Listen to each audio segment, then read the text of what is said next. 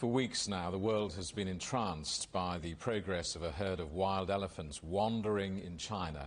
The elephants have become something of a social media sensation as they continue a more than 500-kilometre trek from their home in a wildlife reserve.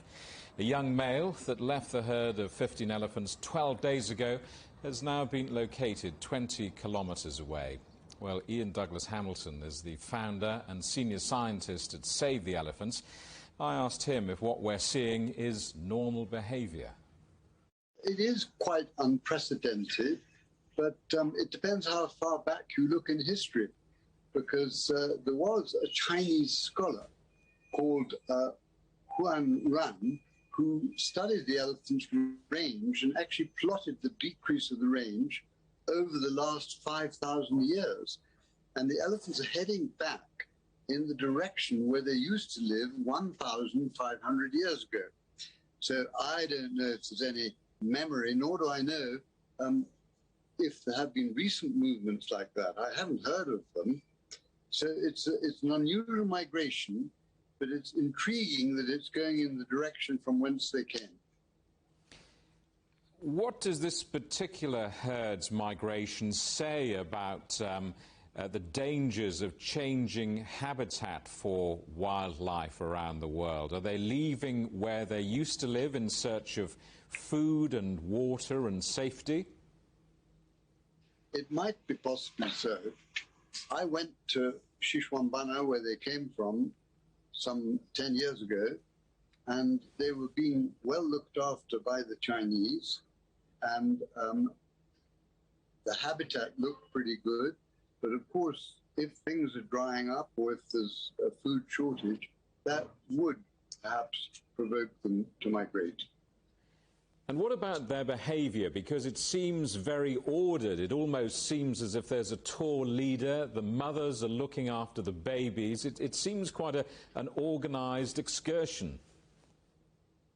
Well, I'm sure that it is led by a matriarch, because the matriarch is the wise leader and the repository of a lifetime of experience. But what is strange, though, is that she has never been there before, and elephants do sometimes wander.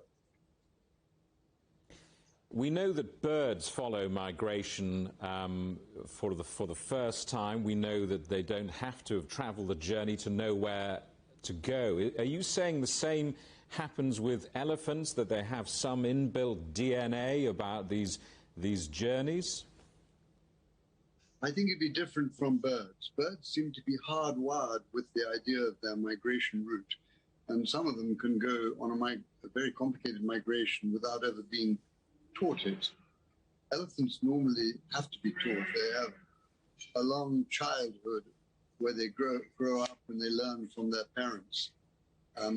So that usually goes for movements. The movements are led by the elders. The elephants have become an internet sensation around the world. Millions of people have watched their journey. Why do you think that is? Why are we so transfixed by this story? Well, elephants have a worldwide fan club. There's no doubt about it, in every country in the world. So I think people are aware that they are animals that are conscious, very conscious, that they think their own thoughts, and they have a lot of very interesting behavior. They've got amazing social behavior towards each other. They guard each other, they teach each other, especially the elders, and they also exhibit compassion when elephants are in trouble. Those elephants may not even be related to those that show compassion, but I think that's one of the most interesting things. It's rare within the animal kingdom for an animal to be truly altruistic towards someone who's not a relative.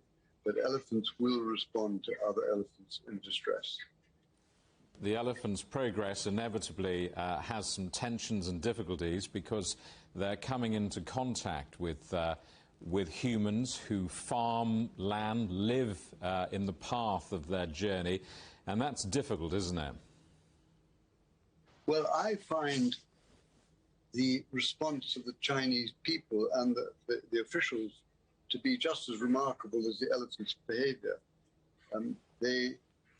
People in the way of the elephants have been instructed to be kind and not to pest the elephants, not to watch them unduly closely or to get in their way, and to understand that elephants sometimes might instinctively react to people coming near them and attack. So it's been a very humane response in the finest traditions of Chinese ecological civilization, which is a concept I understand is widely held within China.